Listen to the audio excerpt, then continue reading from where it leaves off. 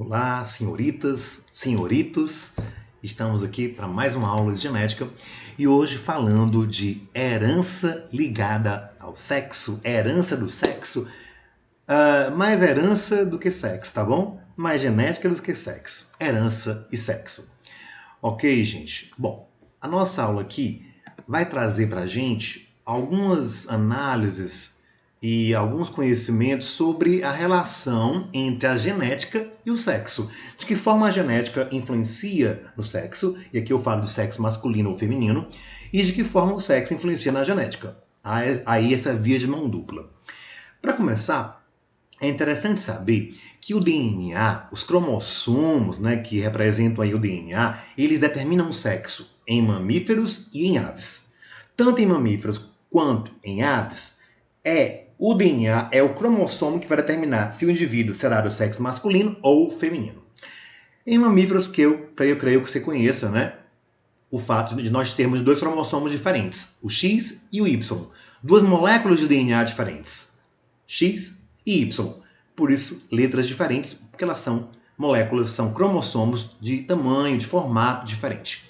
Daí essa nomenclatura, né? esse nomezinho X, cromossomo X, e cromossomo Y, que é menorzinho. Nos mamíferos, o Y determina ser do sexo masculino, o macho.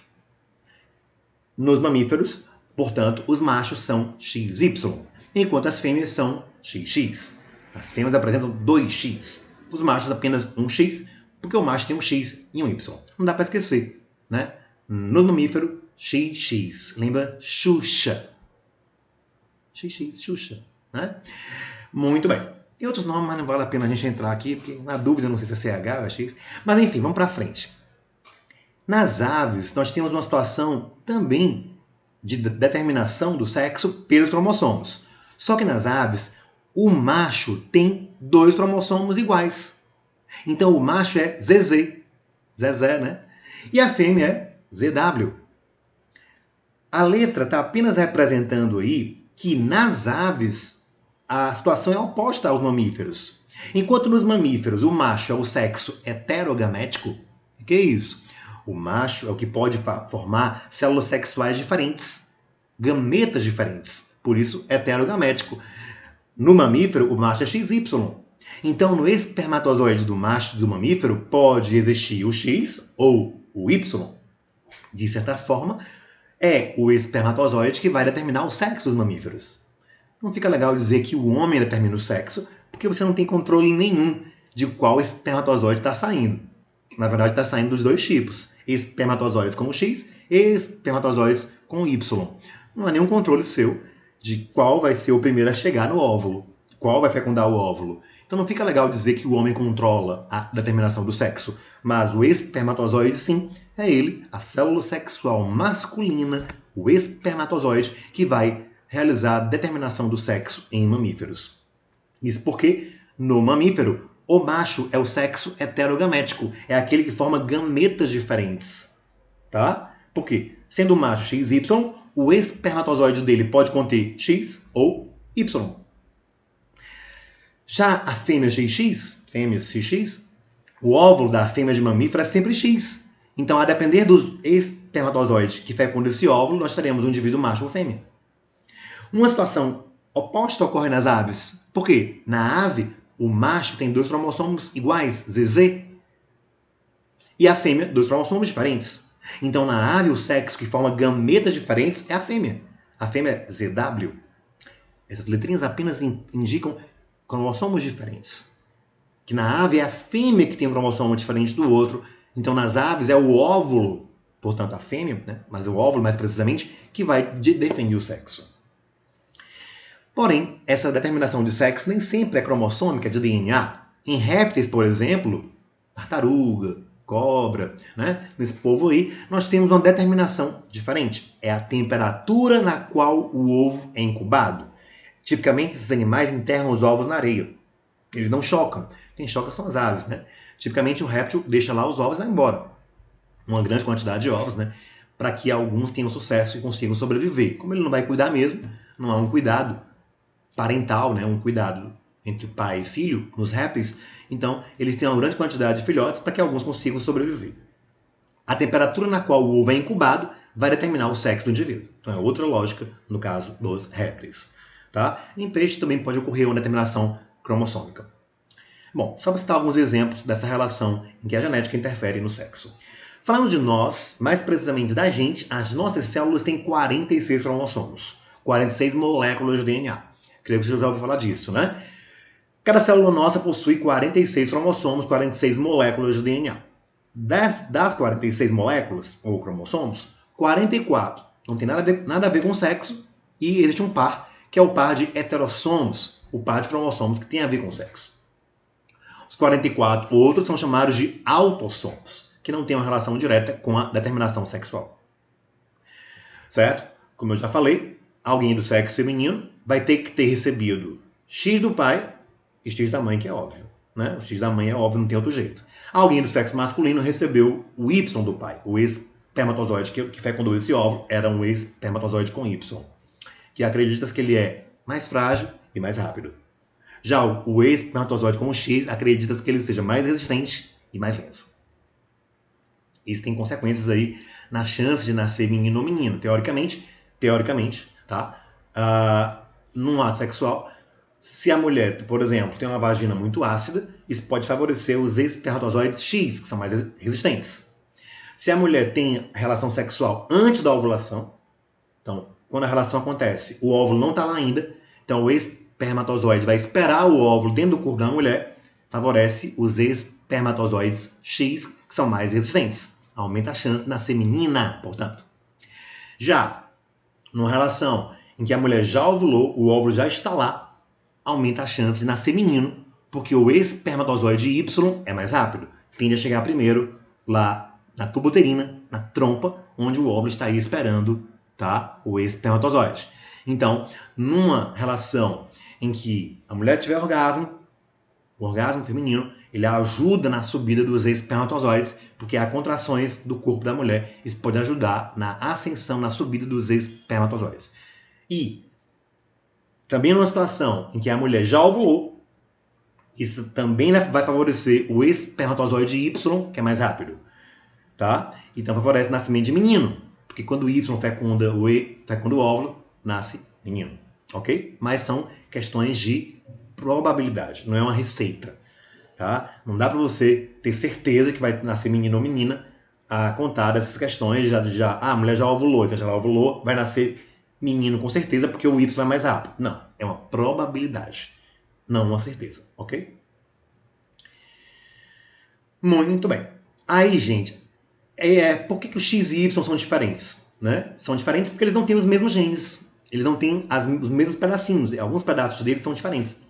Existem alguns controles, alguns genes, alguns pedacinhos de DNA que controlam algumas características no X que não ocorrem no Y. Então a gente fala que eles têm algumas partes não homólogas, algumas partes que não correspondem, não correspondentes. Por isso são diferentes, né? Inclusive está aqui o tamanho para você ver, ó. Olha o tamanho do Y. Né? Quando você vê XX, no caso da mulher, o Xuxa, né, ó, você vê que são cromossomos realmente muito iguais visualmente. Claro que na sequência de DNA pode ser diferente. Pode dar características diferentes aqui. Eu posso ter aqui genes, um para a cor do olho azul, o outro para a cor do olho castanho. Mas visualmente eu tenho o mesmo tamanho, o mesmo desenho de cromossomo. Já quando eu comparo o X com o Y, são realmente muito diferentes. Ok? Isso é um cariótipo. Cariótipo é a visualização dos cromossomos. É a gente enxergar os cromossomos nos seus pares de homólogos, nos seus pares de iguais visualmente. Os cromossomos homólogos são aqueles cromossomos que visualmente são iguais. Aqueles que você herda um do pai e um da mãe. Um do pai e um da mãe. A genética é isso, né? Lembra disso, não? Você herda sempre um cromossomo do pai que é igualzinho ao da mãe, que tem o mesmo formato, o mesmo tamanho. E é nesse diálogo aí de que cromossomo, de que gene vai ser dominante ou vai se misturar, é que se dá a relação da genética, né? E aqui a gente mostra ao lado o homem aqui, né? XY, do outro lado a mulher, XX, para você ver, né, a homologia, a semelhança entre os cromossomos, né? Muito bem. Aqui vamos falar um pouquinho agora de como essa relação se dá entre genética e sexo e genética, né? Primeiramente, herança influenciada pelo sexo. É um caso bem curioso o fato de alguns genes se comportarem diferente num sexo e no outro. Como assim? Calvície. Todos nós sabemos que queda de cabelo, né, aquela famosa calvície, pode ter várias causas nutricionais, a quimioterapia, né, pode causar isso. Mas a queda de cabelo genética, ela tem um comportamento bem peculiar. Aquela calvície genética é muito comum nos homens e bem incomum nas mulheres. Primeiro, que na mulher a calvície é diferente. Na mulher o que ocorre não é aquele espaço, mas apenas cabelos ralos, cabelos em menor quantidade. E nessa região aqui de cima. Entretanto, a gente percebe que é muito mais comum um homem calvo, por questões genéticas, que uma mulher calva. Por que isso? O gene da calvície, que é o C, ele se comporta como gene dominante no homem, mas ele se comporta como gene recessivo na mulher. Olha que curioso. O gene C, ele se comporta como dominante no homem. Isso quer dizer que basta ter um Czão e o homem é calvo. Verifica aqui, ó. O homem é calvo na presença do Czão. Teve o Czão, o homem é calvo.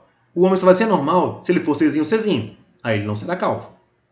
Mas na mulher, observe que a mulher Czão, Czinho é normal. Por que a mulher Czão, Czinho é normal? Porque na mulher esse gene para calvície se comporta como um gene recessivo. Gene recessivo é aquele que só se manifesta com duas cópias. É aquele que só se manifesta em homozigose, estando homozigoto. Então, enquanto no homem o gene da calvície é dominante, na mulher o gene da calvície é recessivo. Portanto, para a mulher ser calva, ela tem que ter duas cópias do Czão. A mulher tem que ser Czão. Aí é mais difícil, né? A mulher heterozigota, a mulher Czão, Czinho, que é bem mais comum, ela é normal. Fenótipo normal, característica normal. Tá? No homem, o Czão se comporta como dominante. Então, basta ter o Czão, homem calvo. Na mulher, o Czão se comporta como recessivo. Para que ela, portanto, seja calva, ela tem que ter dois Czão. Bem curioso, né? É a herança influenciada pelo sexo. O sexo, né, masculino ou feminino, influenciando no comportamento do gene. Uma outra situação bem curiosa é herança limitada ao sexo. Nesse caso, os hormônios eles vão fazer com que um gene que esteja presente ali se manifeste ou não. Como assim? Veja, alguns genes ocorrem tanto no homem quanto na mulher. Mas a questão hormonal, os hormônios presentes naquele indivíduo limitam ou permitem a expressão daquele gene. Exemplo, barba. Os genes para barba, para pelo no rosto, ele ocorre nas mulheres também. Entretanto, é preciso ter um nível mais elevado de testosterona para que esse gene se manifeste. A testosterona é o hormônio que vai ativar esse gene. Na ausência dele, o gene não se manifesta. Por isso que crianças não têm barba. Mas o gene para barba está lá. Mas como os níveis de testosterona da criança são baixos, ele não se manifesta. Como na mulher, os níveis de testosterona existem, mas são baixos, não se manifesta barba na mulher. Aqui lá algumas têm um pouquinho mais de testosterona e aparece um pouquinho de bigode, uns pelinhos aqui no peito, um pouquinho, né? Uma alteração hormonal pode causar isso, mas não tem barba, literalmente. Porém, né, num indivíduo trans, né, se ele usa o hormônio masculino, né, se uma mulher trans usa o hormônio masculino, ela vai adquirir uma característica feminina, ela vai ter barba. Certo? Glândula mamária. Glândula mamária, esse gene não se desenvolve. Né? Esse gene existe, mas não se manifesta nos homens. Você até que engorda, o peitinho cresce, né? Mas não tem glândula. Glândulas são aqueles carocinhos na mama, que são as glândulas mamárias. Nos homens, elas são atrofiadas. Porém, se o homem fizer uso de hormônio feminino, pode haver também o desenvolvimento dessas glândulas, se houver esse uso precoce, né? Esse uso precocemente. Ok? Uma outra questão bem curiosa são os pelos na orelha. A hipertricose auricular, né? Que pode também ter uma série de pelos no corpo todo, não é só auricular não. Mas aqui eu trouxe uma foto da hipertricose auricular, que são pelos na orelha. Olha o tamanho do pelo desse indivíduo aqui, desse senhor aqui, né? Só ocorre nos homens, não ocorre nas mulheres, pela questão hormonal. Tem que ter a testosterona para ativar esse gene. No passado, os livros traziam, inclusive, há alguns 20 anos, traziam esse exemplo como herança restrita ao sexo. Que é o quê? Quando um gene existe apenas num sexo. Acreditava-se que o gene para os pelos na orelha, a hipertricose auricular, seria um gene exclusivo dos homens. Portanto, um gene presente no Y. Uma vez que Y, mulheres não têm. Tá ok? Portanto, esse é um outro tipo de herança, a herança restrita ao sexo, que é quando um gene só ocorre num dos sexos. No caso dos mamíferos, no caso da espécie humana, não há nenhum gene exclusivo das mulheres. O que existe é gene exclusivo dos homens. Nós temos genes exclusivos, como o SRY. Como assim? Por que a mulher não tem gene exclusivo? Não tem nenhum cromossomo que o homem não tenha, que a mulher tem. Mas existe o Y que o homem tem e a mulher não tem. E existe um pedaço do Y que ele é exclusivo do Y, que não tem homologia com o X, que não tem correspondência com o X. É nesse pedaço que nós encontramos o gene SRY. Esse gene determina a formação de testículos e, por conseguinte, a produção de testosterona nesses testículos, lá na puberdade, e toda a caracterização sexual secundária do homem, né, a voz, barba, etc. Então, o gene SRY é uma herança restrita ao sexo. É um gene que é encontrado apenas no sexo masculino, apenas nos homens. Não existe nas mulheres. Repetindo, não existe genes nas mulheres que não existam nos homens. Mas existe gene no homem que não existe em mulher. E aí é uma herança restrita ao sexo. Quando o gene existe somente no sexo masculino. No passado, pensava-se que pelo na orelha seria um exemplo de um gene restrito ao sexo. Hoje sabe-se que ele é um gene presente também nas mulheres, mas que não se manifesta por conta dos hormônios. Então é herança limitada ao sexo. Na herança limitada ao sexo, o gene existe nos dois, no homem e na mulher, mas só se manifesta em um dos dois por causa dos hormônios. E chegamos aqui no mais importante desse capítulo, que mais cai nas provas, no Enem, vestibulares, herança ligada ao sexo, que é quando o gene está no X. A presença do gene no cromossomo X. E existe uma reflexão bem importante para fazer aqui, uma análise importante para fazer aqui. Homens apresentam apenas um X. Então, no homem não interessa se o gene é dominante, se é recessivo. Uma vez que o homem só tem um X, a presença do gene no homem, automaticamente ele se manifesta. Porque não haverá duas cópias dele, já que o homem apresenta apenas um X. Na mulher, não. Na mulher vai seguir toda aquela dinâmica da genética, já que a mulher tem 2X. Como a mulher tem 2X, né, vai ter toda aquela dinâmica. Se o gene é recessivo, ela vai ter que ter duas cópias do gene, porque ela tem 2X, e o gene fica no X. Já no homem, não. Como o homem apresenta apenas um X, a presença do gene automaticamente faz com que ele se manifeste, independente de ser aí dominante ou recessivo. Ok? Exemplo clássico do daltonismo. Então, dá uma olhadinha aqui você e me diga que número é esse? 74, muito bem. Se você não enxergou esse número, se você não percebeu esse número, é possível que você seja daltônico, que você não consiga distinguir algumas cores, entre elas vermelho e verde. Aliás, por isso que o sinal de trânsito é universal, a ordem das cores é universal, para que mesmo que você confunda a cor, você saiba pela ordem, né? E não confunda lá o sinal de trânsito, né? Essa ordem de cores é universal. Gente, como é que funciona isso aqui? O daltonismo é um problema na visão, é uma dificuldade de distinguir algumas cores. Tá? Tem vários tipos de daltonismo, mas esse tipo aqui tem um problema aí com o vermelho e o verde, né? Fazendo você não conseguir perceber a diferença aqui nessa figura e não perceber assim o número.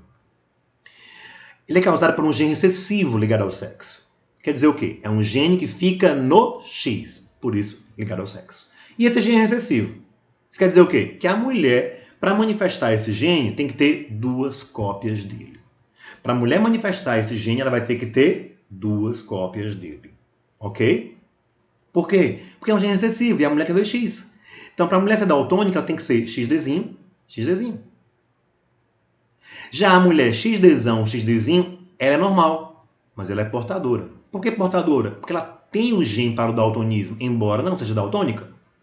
Já a mulher XDzão, XDzão, é normal. No homem, nós temos duas possibilidades. Ou ele é normal, XDzão Y, ou ele é daltônico, XDzinho Y.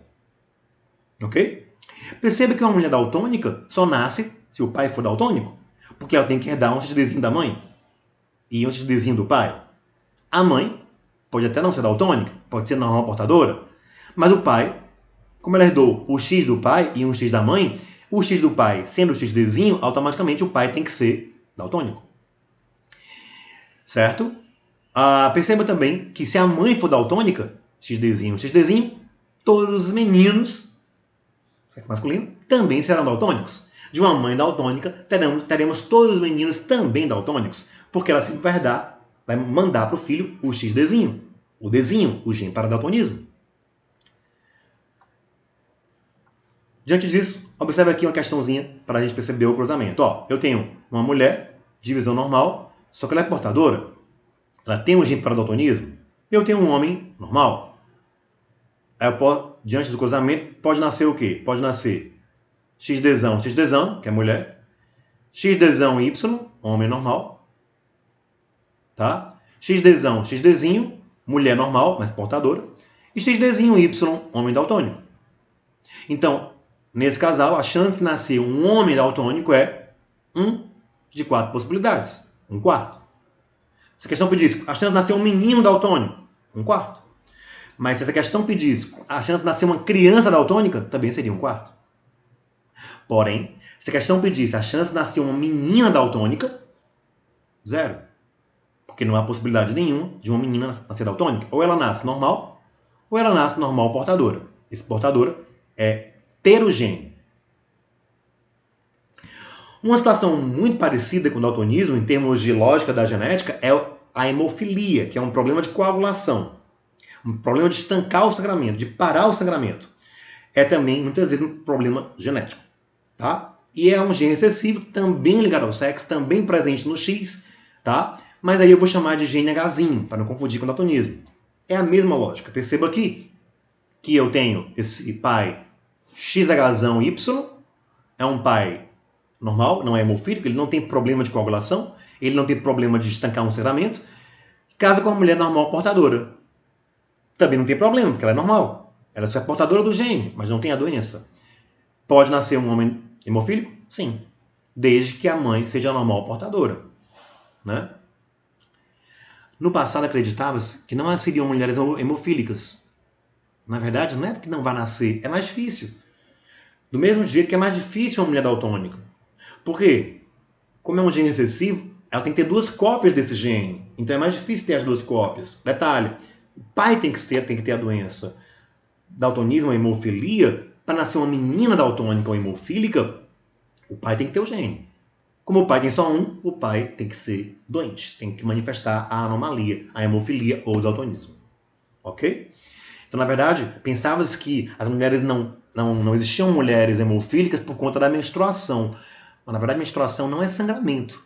Né? É a eliminação de uma camada do útero que acaba saindo muito sangue, porque essa camada tinha bastante vaso sanguíneo. Mas não é um sangramento, não é uma hemorragia, como muitos pensam. Não. Ok? Então, na lógica dos cruzamentos aqui, essa mulher normal, esse homem hemofílico. Ora, se a mulher normal é homem hemofílico, as meninas serão todas portadoras, porque as meninas herdam o X do pai. Né? Já os meninos, todos normais, porque os meninos herdam o X da mãe. No Enem, no vestibular, uma vez já apareceu uma questão em que um homem trabalhava numa indústria e ele tinha contato com radiação. Ele teve um filho hemofílico. Né? Ele teve um filho hemofílico, um filho homem hemofílico. E esse homem, então, quis processar essa indústria, alegando que a radiação teria causado a hemofilia no filho dele. Essa causa está perdida. Porque a hemofilia no menino se manifesta pelo XHzinho, pelo Hzinho é o gene presente no X. No menino, o X vem da mãe e não do pai. No menino, o que o pai manda para ele é o Y. Portanto, essa causa está perdida. A indústria pode até ter causado nele alguma outra coisa, mas não um filho nascer hemofílico. Um filho homem não vai nascer hemofílico, né? Um menino não vai nascer hemofílico de um pai, né? Que trabalha exposto à radiação. Porque o gene para hemofilia fica no X e o X do menino vem da mãe. Tá? O pai manda para o menino o Y. Então não procede, né? Ok? Vamos para algumas questões para a gente trabalhar um pouquinho sobre isso.